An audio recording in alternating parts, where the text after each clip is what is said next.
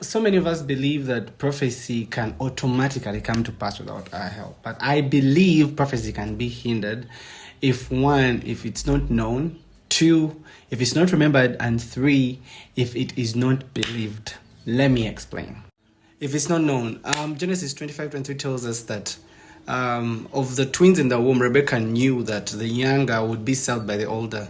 Esau was supposed to serve Jacob.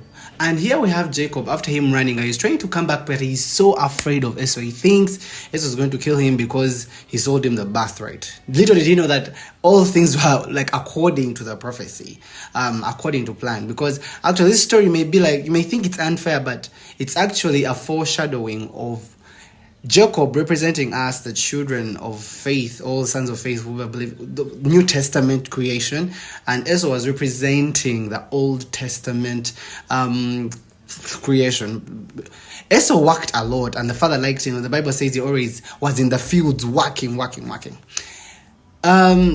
Jacob, on the other hand, was a tent dweller. He was representing the rest that's talked about, the finished work. Jesus said it is finished. So when we come into that rest. If you read Hebrews 4, Jacob was actually representing us, the Gentiles and everyone who just believed on the finished work of Jesus.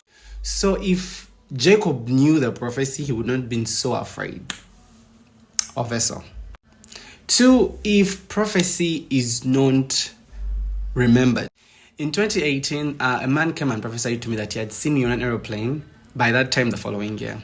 In 2019, at church, we were supposed to go for a conference in Kenya, and they told us where to fly the plane. Now, I didn't have money, and one time when I'm praying, I'd forgotten about the prophecy. God takes me to the diary where I'd written what the other man had prophesied, and just me reading that I would be on plane, it sort of empowered me and created the faith I needed, and the money located me within a week. So remembering prophecy sort of catapults it into being. Thirdly, if prophecy is not believed, because even if I read that prophecy and I did not believe it, I would not have gotten to the plane. When God told Sarah she would have a child, she laughed. She did not believe it at first. But the Bible tells us that when she conceived only after believing that he who promised was faithful. Now, just because you won't believe it doesn't mean it won't work for others. In 2 Kings 7, there is this famine, and Elisha prophesies that it would be over by the following day. Some lepers had gone into the Syrian camp, and the Lord made the Assyrians think the Israelites were coming, so they fled, and there's all this gold and spoil remaining for them. So when they come and they tell the Israelites, everyone is running to get all the loot, and this man who doubted died because of a stampede. So believe and your prophecy shall come to pass.